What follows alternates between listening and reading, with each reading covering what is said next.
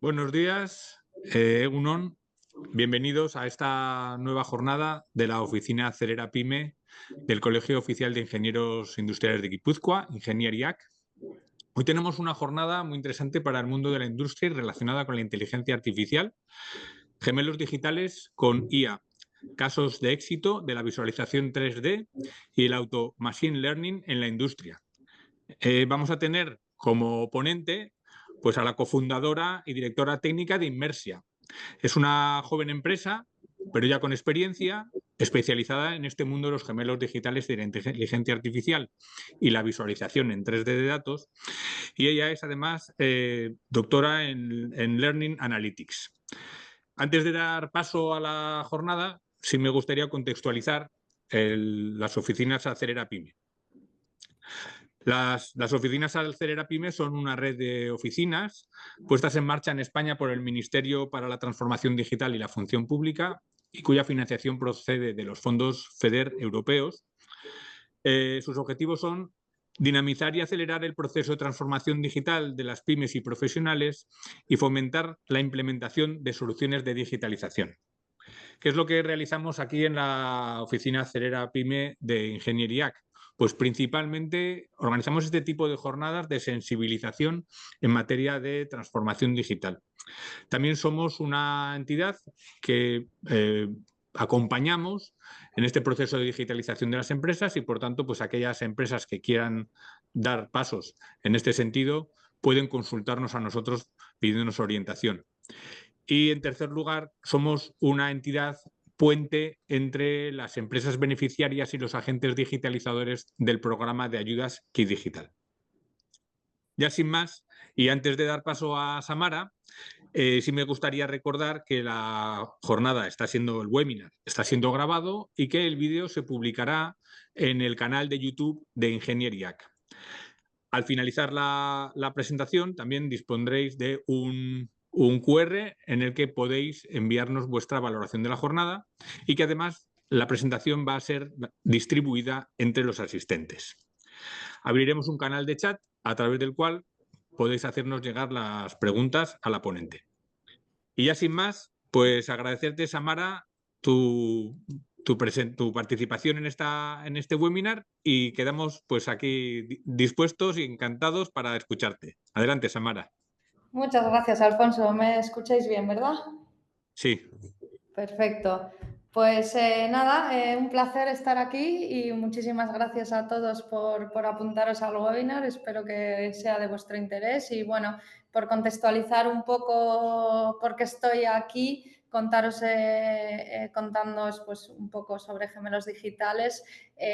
Yo siempre he tenido una tendencia desde pequeñita hacia lo tecnológico. Estudié ingeniería informática en la UPV, centrándome especialmente en la parte de analítica de datos, inteligencia artificial, e hice el doctorado en el grupo de Learning Analytics de la UPV. Y una vez que terminé, pues me lancé al mundo empresarial a fundar mi propia empresa, que es Inmersia, con mi socia Seda. Y soy la directora técnica y trabajamos pues con gemelos digitales, que estoy segura de que lo habréis escuchado por todas partes, ¿no? Es, digamos, trending topic la palabra, y ya lo situaba el gráfico de Gartner en el pico de expectaciones en el 2018, y ya en el 2022 avanza por la pendiente de consolidación, acercándose ya al plató de productividad, ¿no? Entonces, ahora ya en el 2023, 2024, los gemelos digitales se identifican como una tecnología ya transformadora, ¿no? en las redes empresariales. Pero hay mucha controversia también, ¿no? Con qué es y qué no es un gemelo digital. Surgen muchas aplicaciones, muchas tecnologías y hay dudas de si pues, una aplicación, por ejemplo, de realidad virtual en la que te paseas por una planta productiva es un gemelo digital, si una aplicación de formación es un gemelo digital, si una aplicación que utiliza inteligencia artificial para predecir puede ser un gemelo digital. Entonces, bueno, pues en este webinar quería, empezando un poco, desde la propia definición de los gemelos digitales y viendo casos de uso, pues ilustrar un poco esta tecnología y las tecnologías habilitadoras que lo hacen, digamos, disponible para las empresas. Entonces, el gemelo digital, la primera definición, digamos, que se da es en la NASA, ¿no? Para pues, simular la salida al espacio de los cohetes. Y desde ahí pues, se han dado muchas definiciones y la primera definición formal, digamos que la da Greaves en el año 2002, en el que lo define aludiendo a la gestión de vida de un producto como una representación virtual de algo físico, ¿no? Entonces es una réplica digital que existe junto a su parte física para mejorar el diseño, la monitorización y la gestión de productos a lo largo de su ciclo de vida, ¿no? Entonces, el gemelo digital se compone de tres partes principales, que sería lo que es el activo físico, el propio gemelo digital, la representación virtual y el hilo digital, que sería esa comunicación entre las dos partes.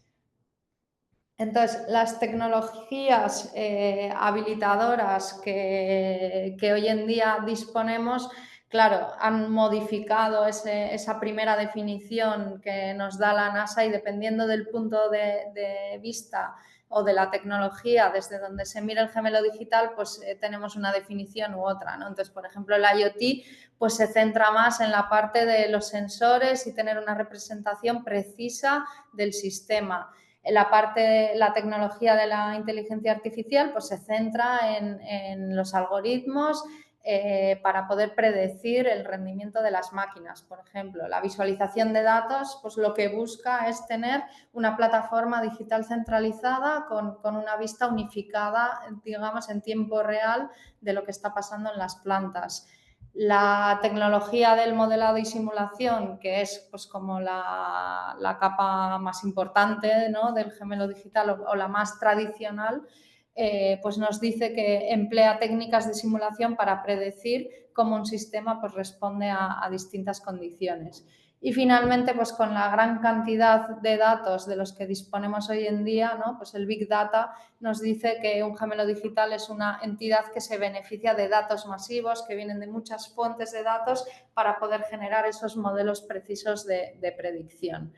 Entonces, incluso llegamos a tener ya una ISO, ¿no? que define a los gemelos digitales, aunque la definición también es un poco ambigua, ¿no? Y que dice que es una representación que está sincronizada en una frecuencia y fidelidad adecuadas pues, para el propósito de la simulación, ¿no? De la simulación o del análisis basado en datos. Incluso ya con el boom de las IAs generativas, si le preguntamos al chat GPT, pues nos dice que es una representación visual precisa y dinámica de un objeto, proceso, sistema físico pues que se utiliza para simular, analizar y optimizar su rendimiento pues, a lo largo de su ciclo de vida, ¿vale? Entonces, como veis, a lo largo del tiempo, pues digamos, la teoría o la definición de los propios gemelos digitales ha evolucionado desde el origen hasta conseguir esa oficialidad en el 2002 y con el boom de las tecnologías habilitadoras, pues ha ido creciendo y hoy en día pues las empresas ya lo están adoptando de manera masiva y quién sabe pues a dónde llegaremos, ¿no? con todas las tecnologías emergentes, con el machine learning, el metaverso y veremos pues, a qué capacidades logra llegar el gemelo digital. Entonces, un vistazo rápido al mercado. En el 2004 la tasa de crecimiento anual es de 16 billones y en el 2030 pues, se espera que sea exponencial y llegue hasta los 106 billones. Por curiosidad, ahora mismo los líderes, digamos, en el mercado sería América del Norte y Europa, aunque se estima que Asia-Pacífico con pues, todos los proyectos de digitalización que están llevando a cabo pues, pueden llegar a liderar el mercado. Estas son algunas de los sectores, pues por las distintas regiones, ¿no? Y especialmente en Europa, pues estamos más centrados en hacer gemelos digitales de industriales, en el sector de la construcción y en salud. Entonces, dependiendo de la región, pues por ejemplo, Norteamérica, pues son más, tiran más por defensa, por energía. En este medio y África, pues lógicamente se van más a infraestructura y petróleo. Entonces, bueno, aquí en Europa, como digo, pues estamos muy centrados en el desarrollo de gemelos digitales industriales. Y ya pues nos metemos un poco, después de ver esta evolución un poco de la definición del gemelo digital, ya nos metemos un poco más en las tripas, ¿no? Entonces, para poder implementar un gemelo digital en la industria, pues hay que seguir una serie de capas, digamos, desde la capa física, que sería tener la máquina o tener claro qué es lo que queremos simular o modelar, hasta la capa de retroalimentación, que es la comunicación con la propia capa física, ¿vale? Entonces, la primera capa, como os digo, sería la de los sensores IoT, los actuadores, en la que podemos o nos habilitan esa comunicación con el objeto físico, ¿no? Y la capa de comunicación, pues aquí los elementos clave, digamos, serían las redes de comunicación o los protocolos de comunicación, que los típicos ahora, pues por ejemplo, son MQTT, HTTP, a través de APIs y demás. Entonces, esto voy a pasar un poco rápido para luego centrarnos en la parte de modelado, que es un poco lo que nos interesa, pero bueno, por tener un hilo conductor de cómo podríamos implementar un gemelo digital. Entonces, en la capa de datos sería todos esos datos que recogemos de todos nuestros activos en la planta, o incluso en esta capa estaría la integración con las distintas aplicaciones, ¿no? que tenemos en nuestra planta, que normalmente están muy separadas en esa pirámide de automatización, y el gemelo digital pues, es más un eje centralizador que nos permite conectarnos a las distintas capas de nuestra industria. Luego tendríamos la capa de preprocesado y análisis, que no me voy a meter a explicarla, pero bueno, aquí sería como todo ese tratamiento de la gran cantidad de datos que tenemos en nuestro gemelo, pues tendríamos esa capa inicial en la que tratamos los datos y decidimos, digamos, cuáles son los importantes y cuáles nos van a permitir modelar y simular el sistema, ¿no? Entonces, ya llegamos a la capa, digamos, a la inteligencia, ¿no? del gemelo digital, la que le da un poco el nombre desde esos primeros gemelos digitales que se hicieron en la NASA, y es esa capa de modelado y simulación. Entonces, por ejemplo, es una tipología de los distintos tipos de modelado que puede haber. Y estos son algunos de los ejemplos de los modelados típicos tradicionales, ¿no? Que, por ejemplo, tenemos el modelado de elementos finitos, que sería para analizar y predecir el comportamiento de materiales y estructuras bajo diversas condiciones físicas, pues como por ejemplo el caso de un proceso de estampado, ¿no? De que donde las piezas pues, se someten a fuerzas extremas, y el gemelo digital pues, nos permite ver o simular si estas piezas pues, van a tener deformaciones o se van a fracturar dependiendo de determinadas condiciones físicas, ¿no? Entonces, este modelado pues, necesita de una serie de fórmulas matemáticas. Entonces, es un modelo de tipo matemático. Luego tenemos la dinámica de sistemas, que nos permite pues, comprender y analizar el comportamiento de sistemas que son complejos en el tiempo, ¿no? Entonces, un ejemplo de dinámica de sistemas pues, podría ser simular cómo los niveles de producción y el inventario pues, pueden cambiar en función de la demanda fluctuante del mercado, ¿no? Entonces, también sería un modelo matemático pues, que necesitamos fórmulas para poder simular ese proceso. Otro ejemplo de modelado matemático sería la simulación de Monte Carlo, en el que nos permite modelar sistemas complejos en los que hay cierta incertidumbre y muchas variables pues, que pueden afectar al resultado. Entonces, la simulación de Monte Carlo pues, nos permite eso, simular la variabilidad, por ejemplo, en el tiempo de producción de diferentes etapas del proceso, y lo mismo, también es una simulación basada en matemáticas. Y luego tenemos otro tipo de simulación que sería el basado en agentes, que lo que nos permite es simular sistemas complejos mediante agentes individuales que son autónomos, pues con sistemas de reglas, ¿no? Donde cada agente, cada vehículo, pues tiene su propio comportamiento y puede interactuar entre distintos agentes. Entonces, pues como veis en el ejemplito, pues sería basado en reglas para decir si mi planta pues mi máquina supera una temperatura de tanto y una vibración, pues detente, ¿no? Por ejemplo. Entonces, esa sería una simulación basada en agentes. Y finalmente tenemos con el boom de la inteligencia artificial, del Big Data, de toda esta captura masiva de datos, surge el modelado basado en datos, ¿no? Entonces, el modelado basado en datos no requeriría un modelo físico, sino que es útil cuando no disponemos de ello y podemos modelar procesos muy complejos que no son totalmente conocidos. Entonces, el modelado basado en datos lo que hace es aprender de datos reales. Obtenemos todos esos datos en tiempo real que vamos convirtiendo en históricos y a partir de ahí pues, los entrenamos con modelos a partir de datos pues eso, de nuestros SCADAs, de los MES, para poder hacer predicciones y optimizaciones de nuestra planta, ¿no? Entonces, lo bueno también de esta capa es que está en continua optimización porque los modelos se pueden seguir manteniendo con datos nuevos para obtener una mayor precisión. Pasos clave para conseguir este modelado basado en datos, pues obviamente primero tenemos que hacer esa recopilación de datos, ese tratamiento, preprocesamiento de los datos, tenemos que seleccionar los mejores algoritmos y modelos para poder llegar a hacer las predicciones, entrenarlos y luego pues evaluarlos y validarlos, ¿no? Y ya una vez implementado, pues tener esa monitorización constante para poder manejar la precisión. Entonces, a grandes rasgos, estos serían como los pasos para poder hacer un modelado basado en datos.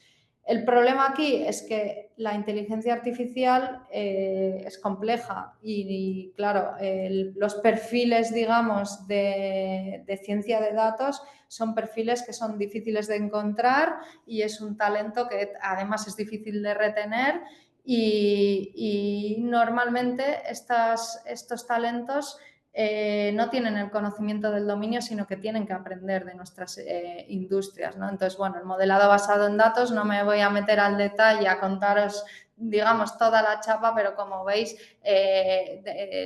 dependiendo del tipo de aprendizaje, puede ser supervisado, no supervisado, dependiendo de los tipos de datos, pues pueden ser series temporales, espacial, multivariado. Entonces, bueno, hay un montón de técnicas, un montón de tipología de datos, de enfoques que se quiere hacer, que es algo complicado, ¿no?, de implementar. Entonces, pueden surgir problemas, riesgos a la hora de implementarlo en una industria, pues lo que os decía, ¿no?, sobre todo basado en que los perfiles de los equipos de IA no tienen por qué ser conocedores del entorno de nuestra planta, no tienen por qué elegir las variables correctas, ¿no? Entonces, podemos crear modelos que sean poco útiles, por ejemplo, que estén sobreajustados. La interpretabilidad, digamos, de la IA es complicada porque al final son soluciones de caja negra pues, que dificultan a los técnicos adoptarlas, ¿no? Porque no saben realmente qué está pasando y por qué la IA les dice determinadas cosas cuando su experiencia es otra, ¿no? Entonces, como os decía, pues puede faltar esa falta de la comprensión de lo que es el proceso productivo, ¿no?, entre otras cosas. Entonces, para paliar, digamos, esta problemática, tenemos las herramientas de AutoML que facilitan el desarrollo y optimización de modelos de aprendizaje automático a usuarios que no son expertos en Machine Learning. Entonces, el AutoML lo que te permite es esas tareas que son súper complejas y que es difícil de entender, te facilita a través de interfaces, digamos, fáciles de entender y además automatizadas, pues realizar todas esas tareas que hemos visto antes de preprocesar los datos, esa ingeniería de características, de detectar cuáles son las variables importantes, las variables que afectan a nuestros entornos, seleccionar el mejor modelo posible, ¿no? Entonces, todas estas tareas, digamos, de Machine Learning, el AutoML lo que hace es simplificarlas y automatizarlas para darnos la mejor solución posible. Entonces, hay ya varias herramientas de AutoML disponibles en el mercado. No os voy a explicar cada una de ellas, pero dependiendo de cada una, pues realiza unas tareas o te facilita unas tareas u otras. Y las ventajas pues, que tiene su utilización pues, sería la reducción del tiempo de desarrollo, ¿no? Porque es posible automatizar todo ese proceso de selección, de ajuste, de evaluación de modelos, que lo que hace es reducir drásticamente el tiempo que necesites para crear un modelo predictivo de la planta. Son aplicaciones accesibles, ¿no? Entonces, lo que facilita es que usuarios que no tienen experiencia en Machine Learning, con un conocimiento básico del entorno, pues puedan llegar a utilizar técnicas avanzadas de inteligencia artificial. Además, te permiten esa optimización continua que veíamos antes, de con nuevos datos seguir mejorando y tener una mejor precisión en nuestros modelos, y además pues es escalable, ¿no? Está abierto a recibir nuevos datos y nuestra infraestructura pues va creciendo. Entonces, os voy a poner un ejemplo de AutoML. Nosotros en Inmersia, no os he contado, pero bueno, tenemos un producto que se llama Toki, que luego veremos algún caso de uso visual, digamos, de aplicación. Y uno de los módulos que tenemos es un AutoML, que lo que te permite, pues como os explicaba antes, es de manera fácil, mediante una interfaz, como estáis viendo, pues subir un dataset, manipularlo con una interfaz intuitiva y seleccionar pues, el tipo de problema que quiero resolver, seleccionar el mejor algoritmo y realizar distintas sesiones a partir de un entrenamiento para encontrar el mejor modelo posible, ¿vale? Entonces, aquí voy a ir pasándolo más rapidito. Aquí, por ejemplo, tenemos un dataset industrial en el que queremos predecir si una máquina va a fallar o no. Entonces, para ello, pues tenemos distintas características que hemos ido recogiendo de la máquina, datos en tiempo real, como la temperatura, la vibración, la presión, la velocidad del motor. Entonces, aquí podemos hacer pruebas y elegir las variables para poder predecir pues, ese fallo de máquina, ¿no? Entonces, jugamos, digamos, con la interfaz del AutoML a elegir los mejores hiperparámetros, podríamos llegar a hacer un preprocesado de los datos para pues conseguir esa predicción, ¿no? Entonces, bueno, además podemos visualizar antes de realizarlo un preanálisis, ¿no? Para entender cómo son nuestros datos y ya pues poder ejecutar una sesión de entrenamiento, ¿no? Entonces, en este caso, pues hemos utilizado un modelo gaussiano para poder predecir el fallo de las máquinas. Aquí tendríamos el resultado en el que nos dice cuánta precisión hemos obtenido, ¿no? Entonces, en este caso hemos tenido una precisión del 74%. Entonces, el 74% de las veces voy a acertar si mi máquina va a fallar o no en función de los datos que me llegan. Entonces, aquí puedo hacer una predicción y decirle, vale, si yo tuviese, eso sería un escenario, ¿no? Para ver qué está pasando, si yo tengo estos 4 datos, mi máquina va a fallar o no va a fallar, ¿no? Entonces, luego veremos que esto puede estar conectado con el sistema de visualización para poder detectar esos fallos pues, en tiempo real sin tener que hacer nada.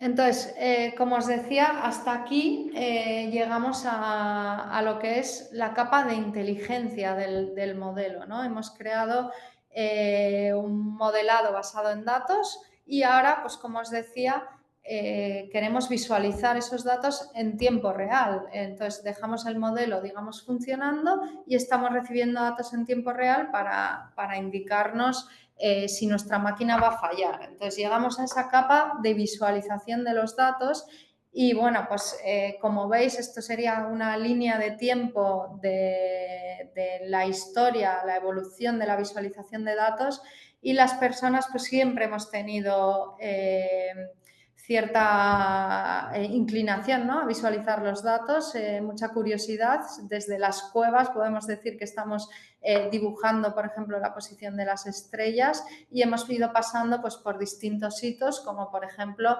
la invención de los diagramas de líneas y barras ya en el siglo XVIII, que todavía hoy seguimos utilizando, ¿no?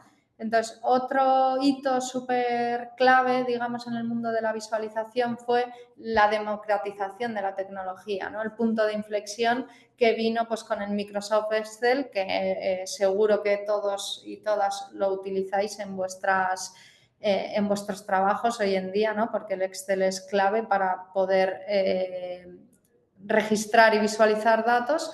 Y con el boom, digamos, de los Business Intelligence, pues ya llegamos a una visualización interactiva, ¿no?, donde ya podemos manipular los datos para sacar mejores conclusiones.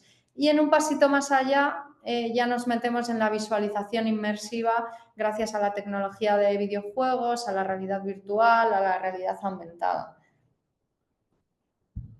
Entonces, como os decía, con este boom de datos, ¿no?, toda esta gran cantidad de datos que generamos, que se estima que en el 2025 estemos generando entre 175 y 180 zettabytes, que ya veis que es una locura de ceros. Sin embargo, toda esta gran cantidad de datos que estamos generando no se llegan a analizar.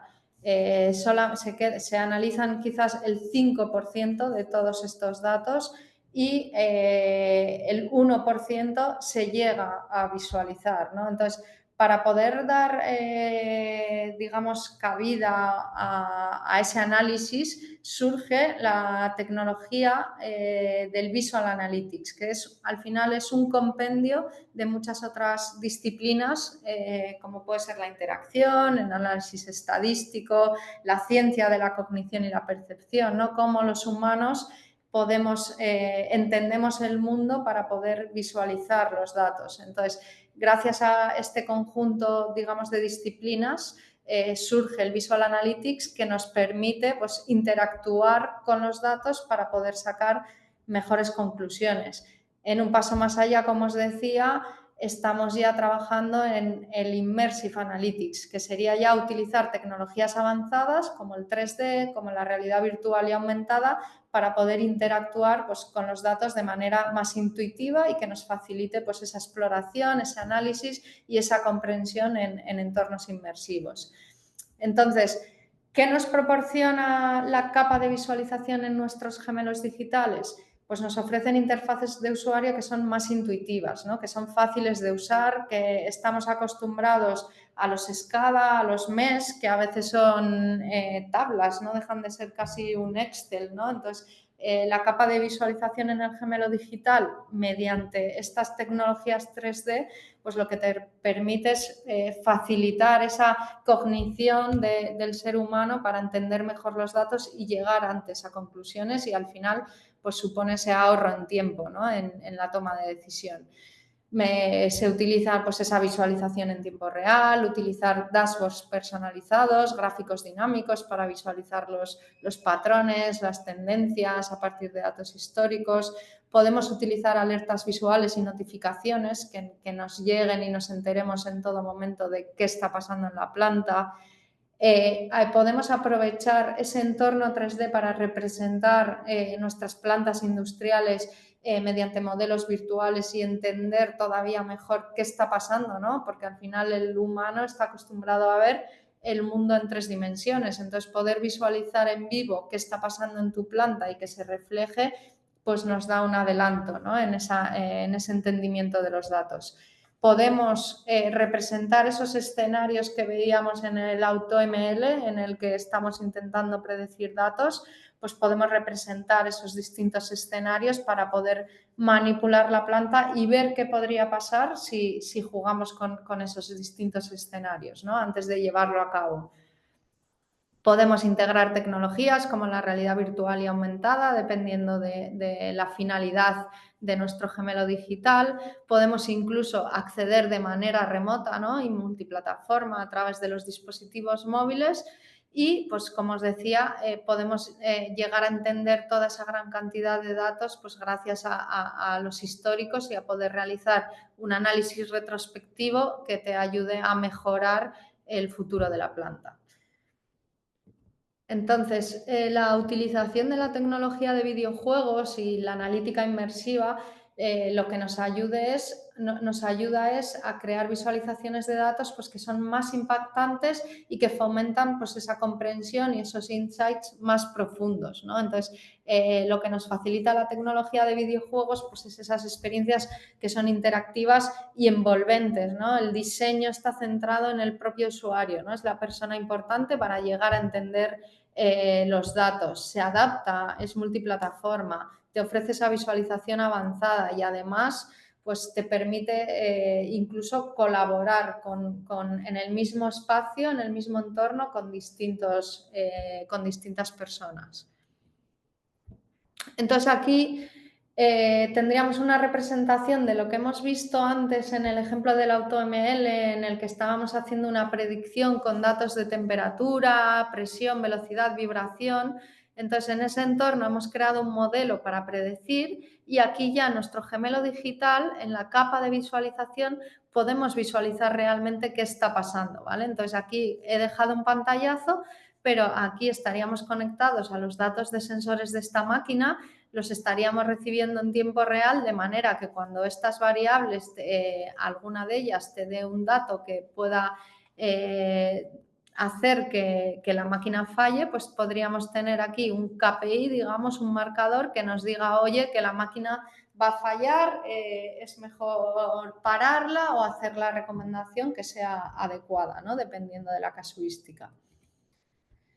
Y la última capa del gemelo digital, digamos, sería esa capa de retroalimentación, que una vez que tenemos esa información de, oye, que mi máquina va a fallar, pues poder hacer automatizaciones desde el propio gemelo para que sea el gemelo el que realice, digamos, la orden final, o que sea el humano el que diga a través de una interfaz fácil, ¿no?, intuitiva, decidir parar la máquina, ¿vale? Entonces, la capa de retroalimentación sería esa capa bidireccional en el que ya nos hemos comunicado con el activo físico, hemos recibido todos esos datos y ahora ya les damos órdenes o comandos para parar o seguir con el proceso, tomar las decisiones que sean oportunas, ¿no? Entonces, me gustaría enseñaros algunos de los casos, ¿no?, que tenemos en Inmersia con Toki, porque son muy visuales.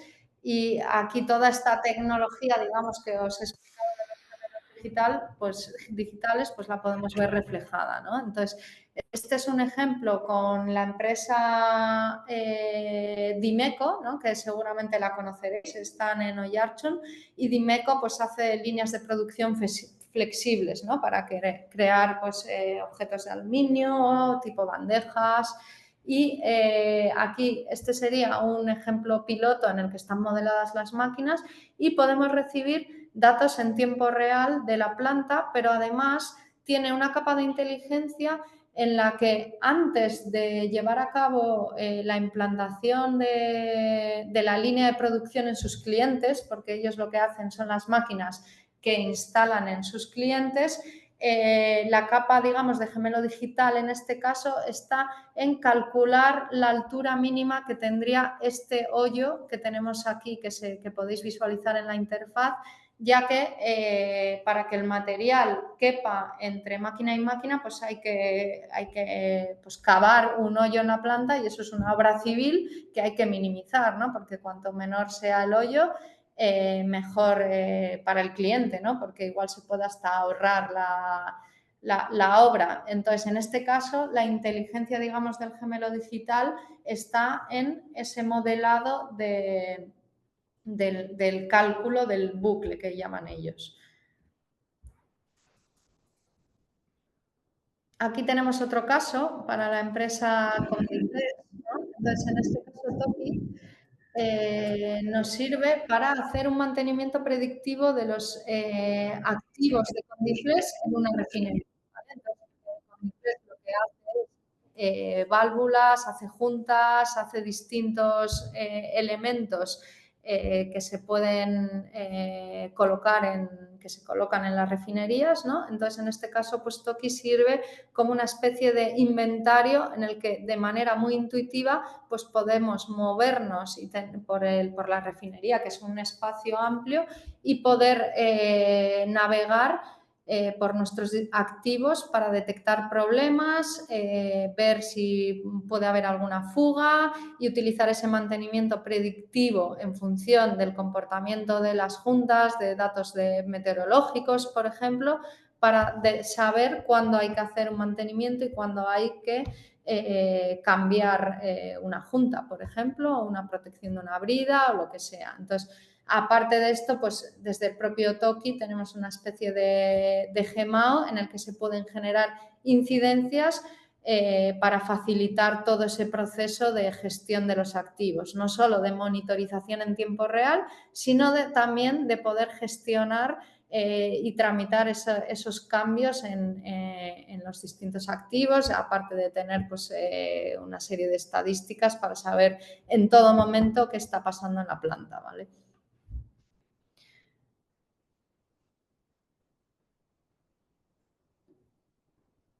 Entonces, bueno, pues como veis, la visualización 3D, esta tecnología en este caso, pues nos ayuda a navegar muy fácilmente por la planta, ¿no? Esto de otra manera serían pues tablas infumables o difíciles de encontrar los datos, ¿no? Entonces el 3D te permite, en este caso, es muy útil para situar los activos. A ver cómo voy de tiempo. Todavía os voy a enseñar un par de casitos más y ya vamos a las preguntas. Si quieres, Alfonso. Otro caso de uso, por ejemplo. Perfecto. Se puede aplicar en el sector de la alimentación, ¿no? Entonces tenemos un gemelo digital con la empresa Cascajares, que seguramente conoceréis, está en Palencia. Y hacen pues comida gourmet, especialmente en Navidades. Y tenemos modelado el entorno 3D. Esta sería la planta real y el gemelo digital pues es una representación súper precisa de lo que está pasando en la planta. Entonces, no solo monitorizamos los datos en tiempo real, sino que además animamos las máquinas, ¿no? Entonces, de un solo vistazo se puede comprobar en tiempo real qué está pasando en la planta en todo momento y cómo se están comportando los distintos elementos de la planta, ¿vale? Podemos navegar a través de datos en tiempo real, datos históricos y recibir esas alertas que comentaba para estar notificados en todo momento de qué está pasando en nuestra planta.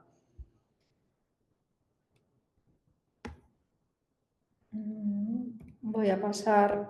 Otro caso, por ejemplo, es el caso de Fulcrum, en el que estamos monitorizando una infraestructura, ¿vale? Entonces, en este caso es un proyecto en conjunto con Fulcrum para poder monitorizar presas. Entonces, aquí estamos conectados a datos del tiempo en tiempo real, por ejemplo.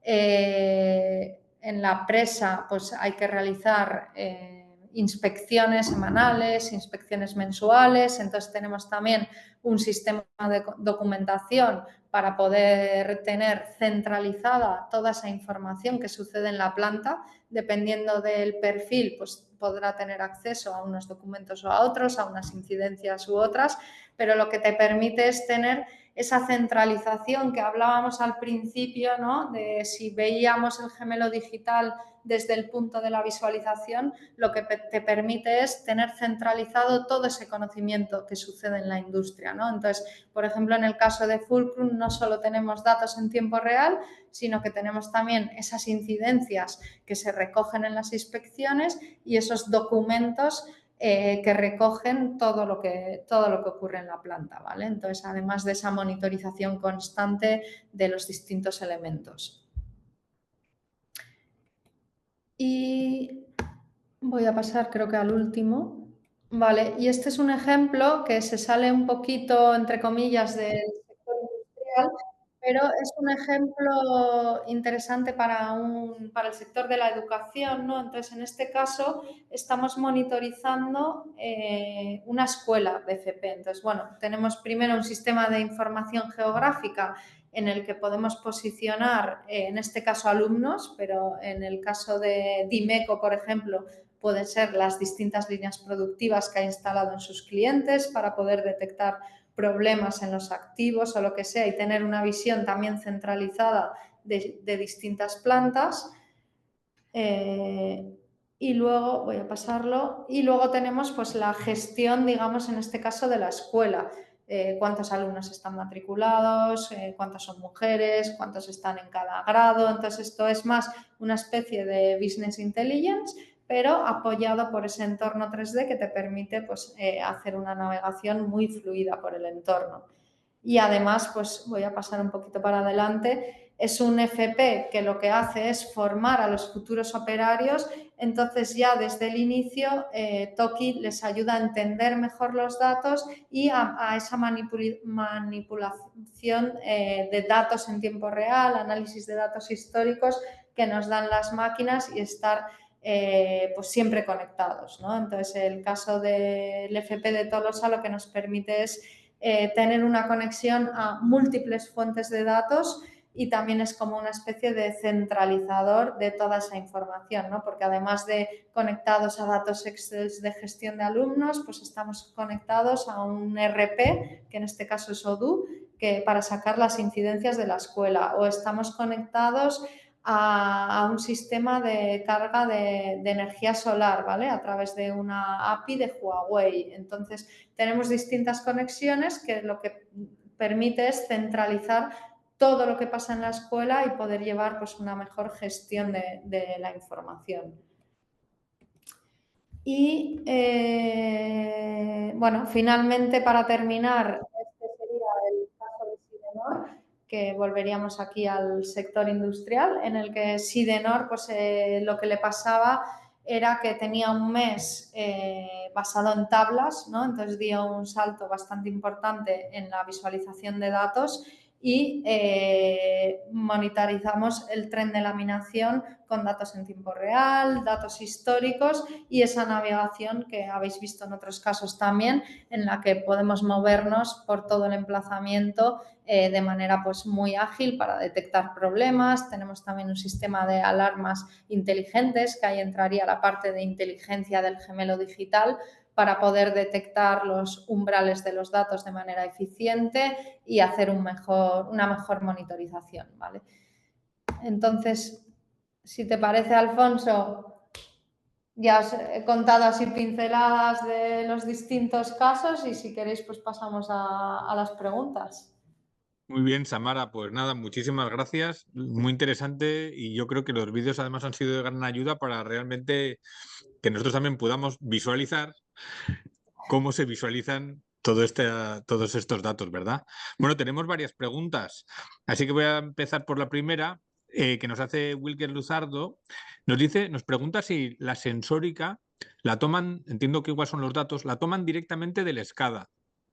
Sí, aquí lo que hacemos es, dependiendo de las distintas empresas y las distintas aplicaciones que utilizan, pues hacemos integraciones, digamos, con nuestra plataforma. Entonces, puede ser de un SCADA, pues en este caso hemos visto un ejemplo de Odoo, que es una plataforma a través de su API. Entonces, ahí hay que ver la casuística de cada SCADA, si tiene API, si no tiene API, o cómo poder acceder a los datos, si están en una base de datos. Entonces, ahí es, dependiendo de cada plataforma, la facilidad de acceso que dé. Pero sí, la respuesta es sí. Tenemos otra pregunta en relación a la ciberseguridad, ¿no? Nos dice, ¿qué riesgos existen de ciberataques al gemelo digital? Sí, a ver, el mundo de la seguridad informática ahora mismo es súper importante, entonces obviamente hay que tener pues esos protocolos de seguridad y esto depende también un poco de lo que implante cada empresa, ¿no? Entonces, nosotros sí que no somos expertos en ciberseguridad, pero sí que tomamos las medidas adecuadas para que no suceda esto, ¿no? Entonces, en este caso hay empresas que lo que hacen es utilizar nuestro producto dentro de sus servidores y no sacar datos al exterior, digamos, y utilizamos servidores on-premise. Y si no, pues utilizamos también el cloud. En este caso nosotros utilizamos Amazon Web Services y tenemos ahí pues todos los requisitos para cumplir las normas de seguridad, digamos. Muy bien. Y yo tengo una pregunta también. Bueno, claro, todo entiendo, todo empieza en los datos, ¿verdad? Bueno, ¿en qué momento se puede acercar una empresa a vosotros, por así decir? ¿Y cómo empieza? ¿Cuál es el momento en qué momento empezáis a trabajar con ella? ¿Tiene que tener ya esos datos? ¿Le ayudáis en esa primera parte de captura de datos y gobernanza, etcétera? ¿O cómo es ese proceso? Sí, a ver, normalmente trabajamos con empresas que ya tienen datos, porque como hemos visto al principio, nosotros esa parte, digamos, de modelado basado en simulación y fórmulas matemáticas no solemos hacerla y trabajamos ya con, digamos, nuestro equipo es experto en inteligencia artificial y trabajamos ya cuando hay datos y se pueden, digamos, hacer predicciones o ese análisis. No somos una empresa, digamos, de sensórica. Entonces, no recogemos datos nosotros, ya nos conectamos a las plataformas que lo tienen, pero si una empresa no tiene datos y quiere empezar a recoger y tiene claro que quiere llegar al gemelo digital o a una aplicación, siempre intentamos ir paso a paso y no intentar montar como pues la gran aplicación final, sino hacer casos de uso reales que nos ayuden, aunque sean pequeñitos. Y en caso de que no tengan datos, sí que colaboramos con empresas expertas. Tenemos una red de partners para ayudarles en ese proceso de captación del dato. Bien. Pues bueno, no sé si hay más preguntas, por lo menos en el chat ya no aparecen más. Así que, bueno, en todo caso, Samara, de la empresa Inmersia, creo que en la presentación no sé si estaban incluidos los datos, creo que sí. Si no, como vamos a distribuir,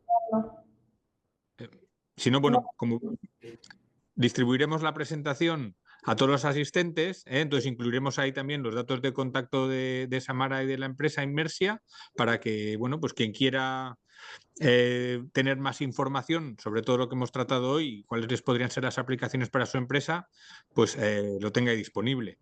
Y ya sin más, pues Samara, muchísimas gracias por una presentación tan interesante. Muchas gracias a todos los asistentes y nada, pues invitaros a seguir atentos a las jornadas que organizamos desde Ingenieriac y esperamos volver a veros pronto. Pues eso, pues muchísimas gracias. Muchas gracias, Alfonso, un placer. Vale, igualmente. Hasta luego. Gracias a todos. Hasta luego.